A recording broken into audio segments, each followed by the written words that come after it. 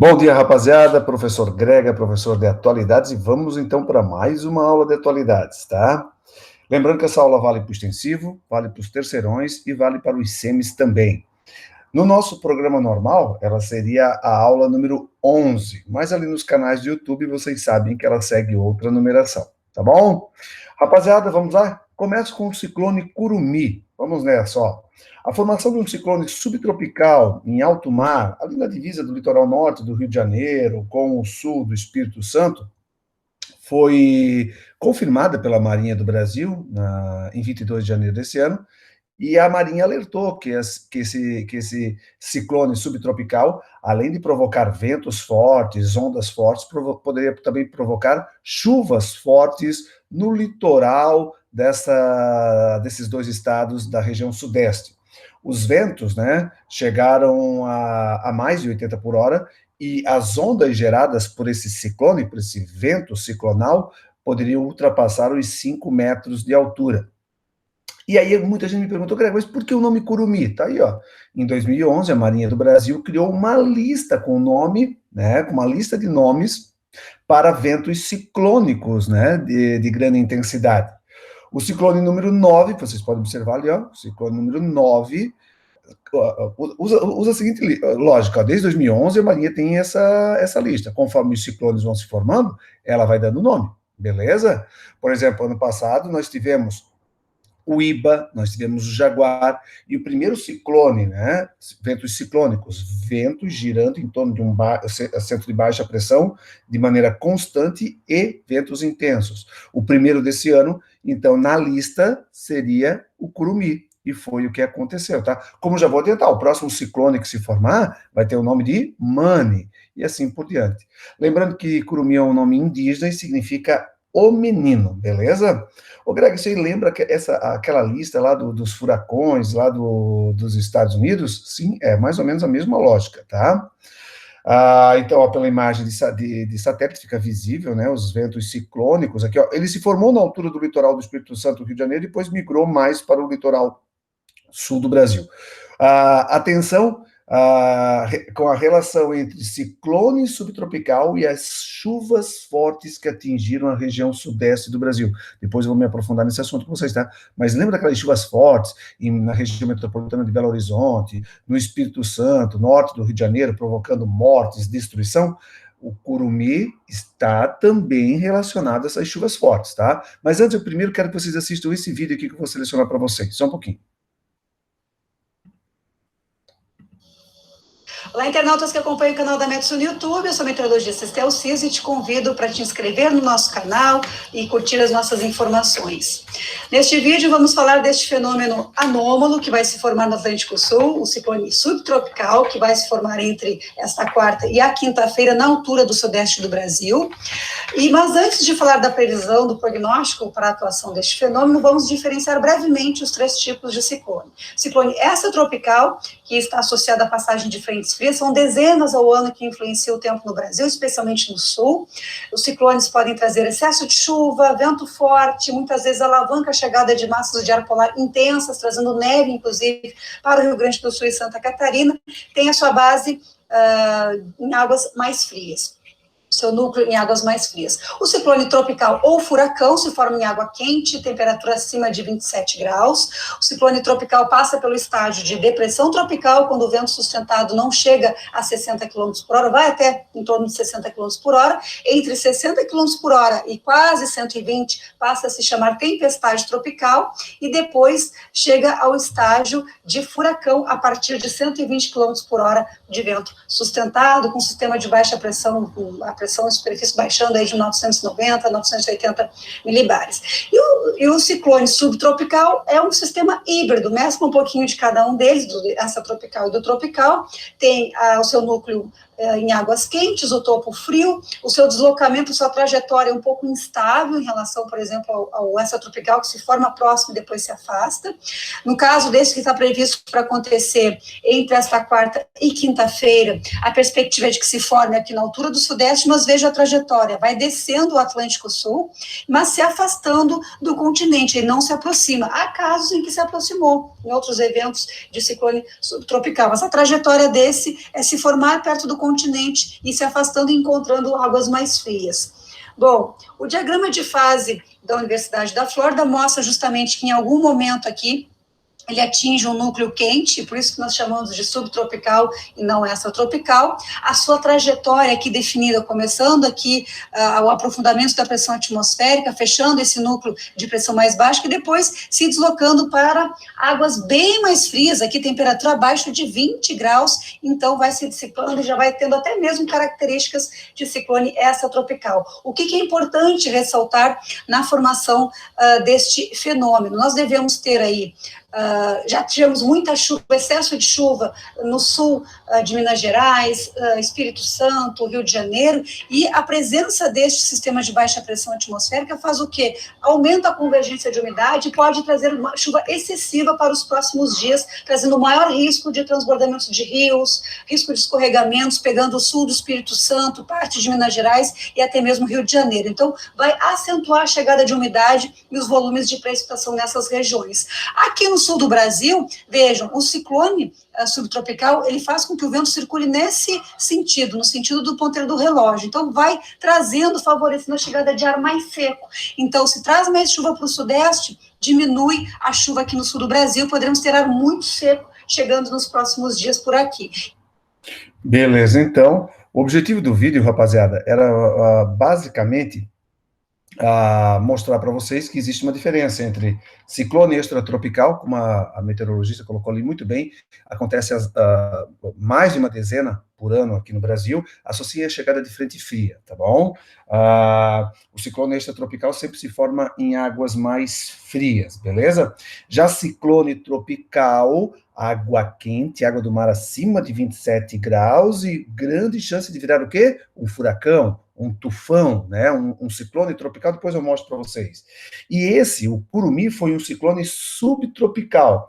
É um sistema híbrido, né? Ele tem núcleo quente, já o topo do fenômeno ar frio e um deslocamento, uma trajetória instável, tá? E agora, talvez o mais importante disso tudo, lembrar que a formação desse ciclone acabou atraindo nuvens carregadas para cima da região sudeste e ajudam a explicar a chuvarada que tantos prejuízos acabou provocando, além de mortes naquela região. Beleza? Muito bem, só para relembrar, ciclones tropicais, do ano passado, o Idai, que pegou o leste da África, né, sudeste da África, Moçambique, Zimbábue, Malaya, e matando mais de 1.000 pessoas. A Universidade Federal de Santa Catarina cobrou isso, vários vestibulares ano passado cobraram isso. Além do Idai, a mesma região sofreu também com outro ciclone tropical chamado Kennedy. A Índia também teve o ciclone tropical Fani, e aí, imagens do Fani.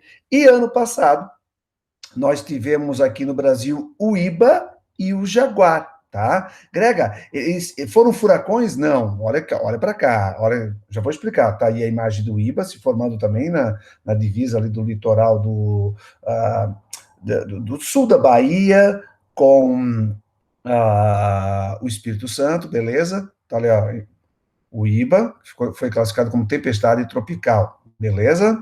O Jaguar também tempestade tropical. O Greg, estou começando a ficar preocupado, se podia virar furacão? Calma, gente, vamos lá. Olha só, tudo começa com uma depressão tropical, tá?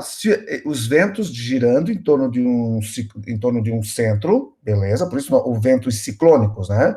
Ventos constantes girando em torno de um sistema de baixa pressão. Esses ventos, se eles passarem de 63 km por hora, ventos constantes, não é aquela rajada, tá? Tem que ser vento constante. Aí vira uma tempestade tropical, que foi o Iba, que foi o caso do Jaguar. Se os ventos ficarem até 118, ainda tempestade tropical. Mas se passar de 118, atingindo 119 ou mais quilômetros por hora, aí pode virar um furacão, pode virar um tufão, pode virar um ciclone tropical. Olha para cá. Furacão, se for aqui no Atlântico Norte, beleza? Ciclone tropical, se for na costa leste da África ou na Índia, e tufão, se for lá na Ásia, Japão, China, tigres asiáticos, Filipinas. Gente, é o mesmo fenômeno, tá? ventos ciclônicos girando em torno de um sistema de baixa pressão de maneira constante a mais de 118 km por hora. Furacão é a mesma coisa que ciclone tropical. Ciclone tropical e furacão é a mesma coisa que tufão, só mudam os nomes conforme a região onde que se formam. Observe que aqui no Atlântico Sul, historicamente, nós não temos ventos ciclônicos de gigantesca intensidade. Na maioria das vezes, depressões tropicais, na maioria das vezes, tempestades tropicais. O primeiro furacão mapeado foi o Catarina, né? Vocês devem lembrar isso, né? Nos dias 26, 27 de março de 2004. Ele foi o primeiro furacão, por quê? Dá para ver visivelmente, ó, um olho aqui, deixa eu pegar o mouse aqui, eu tô vendo o olho do furacão, ventos ciclônicos, hemisfério sul sempre girando no sentido horário, beleza?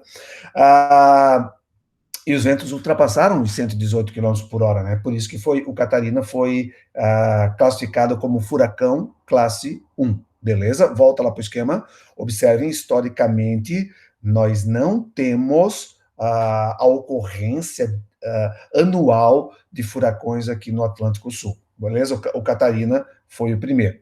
Voltando para o título da aula, cuidado, Curumim esse ano não foi furacão, foi um ciclone subtropical, beleza? Tem características híbridas entre o ciclone extratropical e o ciclone tropical, tá bom? Já falei do porquê do nome, então agora chegamos àquelas tempestades, a chuva forte que provocou mortes e destruição na região sudeste do Brasil. As chuvas fortes geraram, além de enchentes, deslizamentos, né? Provocando mortes no Espírito Santo, em Minas Gerais e no Rio de Janeiro. Professor, por que choveu tanto? Vamos lá, eu vou aplicar os princípios da geografia para explicar essa matéria para vocês. Acompanhe comigo. Lembra do Frederick Hatzel, que dizia que todo fenômeno tem que ser localizado, o princípio da extensão? Vamos lá, então. A tragédia começou na região metropolitana de Belo Horizonte, tá? Mas depois se espalhou também pelo centro-sul do Espírito Santo e norte do Rio de Janeiro. Segundo princípio da geografia, de Karl Harter e Paul Vital de Lablas, o princípio da analogia, todo fenômeno tem que ser comparado. Foi só na região metropolitana de BH? Não, as chuvas atingiram uma parcela aqui da região sudeste do Brasil. Lembra, os fenômenos têm que ser comparados. Vamos para o terceiro princípio, o princípio do Jean Bruns, da conexão, né? Os fenômenos naturais são interligados. Olha que interessante, olha só, por que choveu tanto? Acompanhe comigo. Teve umidade vindo da Amazônia, a gente chama de... Lembra aqueles rios voadores? Teve umidade da Amazônia vindo para a região sudeste. Teve a formação da ZACA. Que é isso, Grega? Zona de Convergência do Atlântico Sul. Umidade da Amazônia ser carregada na direção da região sudeste. Quanto mais vermelho, mais topo de nuvem, tá? Nuvens mais altas, com maior potencial de chuva. Teve a formação da Zona de Convergência do Atlântico Sul. Mas tem outras coisas, por isso que Alexander von Humboldt defendia o princípio da causalidade. Quais são as outras causas? Vamos lá? Olha que interessante. Região sudeste do Brasil, normalmente chove no verão, seco no inverno. Isso é normal. Mas por que daquela chuvarada maior que o normal? Vou voltar, ó. Teve a umidade vindo da Amazônia? Teve a ZACA, teve a Zona de Convergência Intertropical, do Atlântico Sul se formando, sim, mas nós também tivemos o ciclone Curumim. Lembra do ciclone subtropical? Potencializando. A expressão correta é isso. O ciclone subtropical, ele potencializou aquela umidade que vinha da Amazônia, da Zona de Convergência do Atlântico Sul ali, da ZACA. Imagina como se fosse um aspirador de pó. Ele sugou a umidade da Amazônia para cima da região sudeste, provocando aquelas fortes chuvas também. Só que, além disso, como o grande Alexander von Humboldt dizia, lembra, são várias causas, não é uma, não são duas, não são só causas naturais, olhe para cá. Podemos também fazer uma crítica forte à urbanização sem planejamento da Grande Belo Horizonte, de algumas regiões do Espírito Santo e do Rio de Janeiro. Por exemplo, muito concreto, muito asfalto, muito cimento, o solo urbano acaba sendo impermeabilizado, chove um pouco acima do normal, essa água não vai infiltrar no solo, pelo contrário, vai escorrer superficialmente, intensificando, potencializando as enchentes, as inundações, os prejuízos. Outra coisa, quer ver? ocupação de áreas de encosta, isso vale para Grande Belo Horizonte, vale para Grande São Paulo, vale também para o Rio de Janeiro, vale para o Espírito Santo, áreas de encosta, né, onde que a vegetação nativa deveria ter sido preservada, nós acabamos ocupando, construindo, isso acaba intensificando os deslizamentos, né? E outra coisa, né? A canalização, né? Dá para acreditar que essa importante avenida hoje de Belo Horizonte, aqui passava um rio, aqui passava um córrego. Só que esses córregos foram o quê? Dentro da lógica de expansão urbana, né? Temos que fazer a cidade crescer. Esses córregos, esses rios foram canalizados, sim, foram concretados. Muitas vezes hoje tu passa por cima da rua, tu nem sabe que ali embaixo antigamente tinha um rio. Aí chove um pouco mais do que o normal. Chove um pouco mais do que o normal. Além disso, não tem mais vegetação, já tem muito concreto, a água escorre rapidamente, escorre para essas galerias que não dão conta de vazar toda a água, potencializando os prejuízos. Então, assim, choveu acima do normal? Sim. Por quê? Umidade vindo da Amazônia, a ZACA, né, a Zona de Convergência do Atlântico Sul, teve o ciclone subtropical Curumi, isso são fenômenos naturais, mas nós não podemos querer atribuir todo o tamanho da tragédia apenas a causas naturais. Teve a questão da urbanização, da ocupação de áreas de encosta, do desmatamento, da canalização indevida de vários rios e córregos nessas regiões, e tudo isso somado ajuda a potencializar o tamanho das tragédias. Há quem defenda a tese que até está chovendo. Grega, choveu mais do que o normal? Choveu, não vou negar. Há autores que dizem que isso já podem ser sinais, né, do chamado aquecimento global. Tudo tem que ser mais estudado, beleza? E para terminar, também para não passar com essa imagem muito pessimista, eu gostaria de lembrar de mais um princípio da geografia de Jean Bruns. Todos os fenômenos são dinâmicos. Eu vou aplicar isso às chuvas, às mortes, às inundações, aos prejuízos, à tragédia na região sudeste.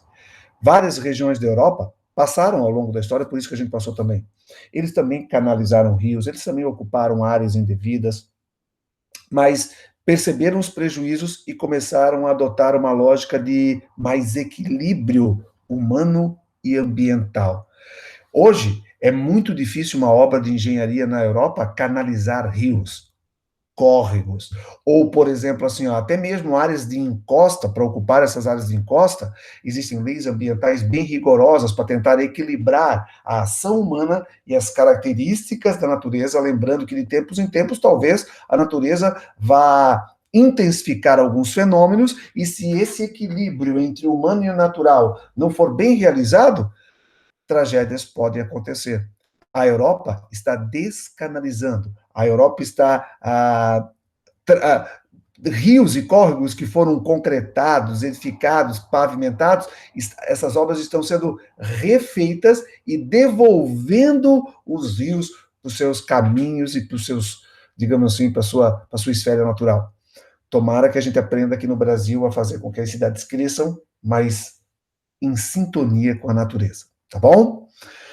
Muito bem, feito isso, vamos para outra. Não, ainda na mesma lógica, tá?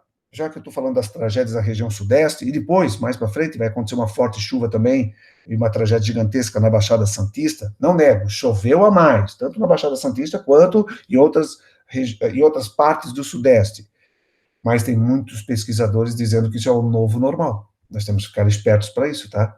Fenômenos meteorológicos mais intensos, em virtude do aquecimento global, se tornarão mais comuns no nosso dia a dia.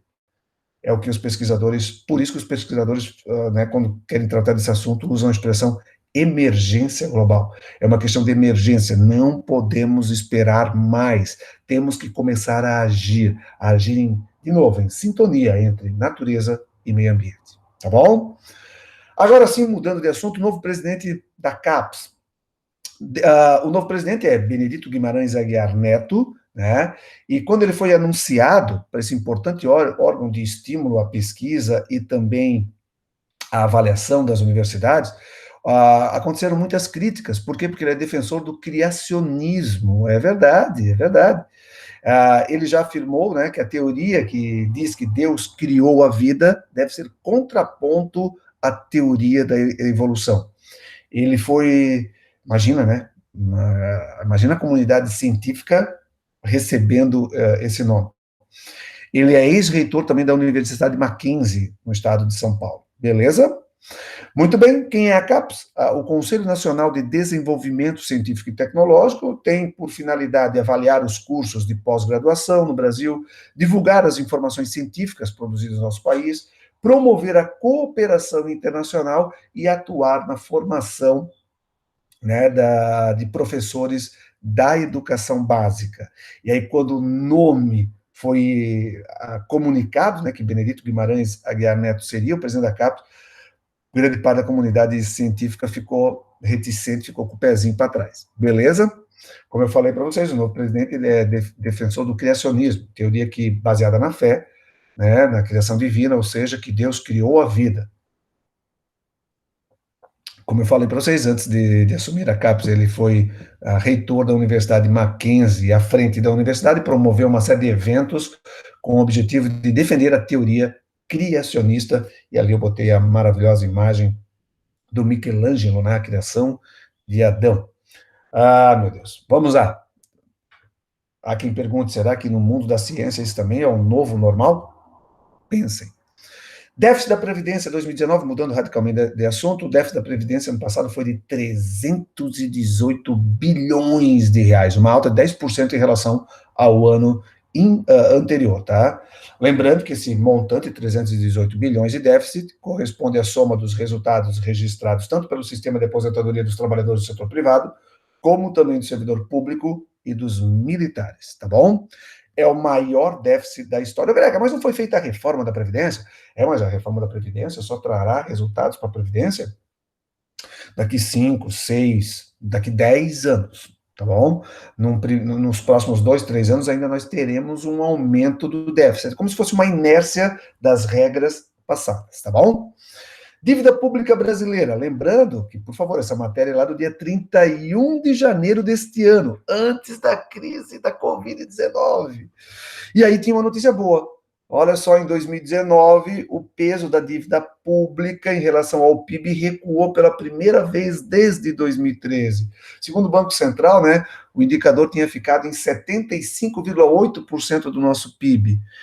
Coisa boa, né? Números a serem comemorados, mas eu já vou adiantar para vocês, rapaziada, o que é bom vai durar pouco, em virtude da pandemia, em virtude da forte recessão que se instalou no país, em virtude do desaquecimento da economia mundial e brasileira.